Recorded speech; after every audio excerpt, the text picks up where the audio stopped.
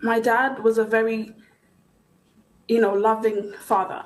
He was not only loving, he was courageous. He was impactful. He's impacted in so many people's lives all over the world. I can attest that a lot of people have received their blessings and their miracles through his word. On that very day when I sort of heard that my dad had demised through a road traffic accident, I was in shock. I didn't believe it. That was one of the worst days of my life. I've never cried as much as I have cried on that time, on that very day. He was not only loving, he was also strict, but he was strict in ministry.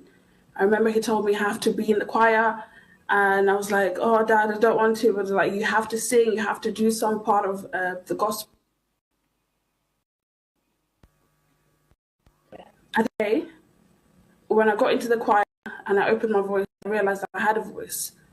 And that was an encouragement for him to keep pushing me to be part of the ministry and be vocal with my voice. Not only did it impact myself, my brother Amos was also a preacher. My sister Rebecca was also a preacher and a singer. Daniel and David, all that were based here, Daniel and David were in part of the media. So everybody was part of something. It's been a very sad news for all of us in general, but we also like to celebrate his life. Let's not all be saddened. Let's not all be in remorse, even though we are. I've cried so every day. I even had to leave work for 3 weeks just to gather myself together. But we're here to also celebrate. So I'm going to just read out my rheology, just thanking God for bringing my dad back to heaven. In heaven, he's definitely in heaven. He's definitely singing with the angels. As we gather here to celebrate a remarkable person, my dad, he's not just a father, he's a bishop, a motivational speaker, and of course a loving father to many. He touched many lives with kindness and care, reached far beyond his family, touching the hearts of everybody in the church and in the community. Dad, he had a very special way of encouraging those around him.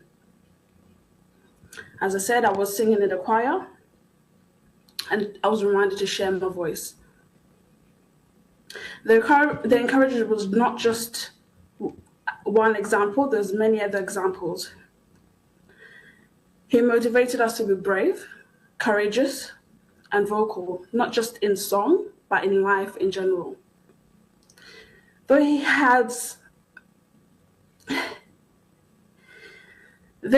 may no longer be with us in body, his spirit still lives on in lessons. I thank you, Dad, for being our guide, our light. Your kindness and your encouragement will forever echo in our lives. Thank you.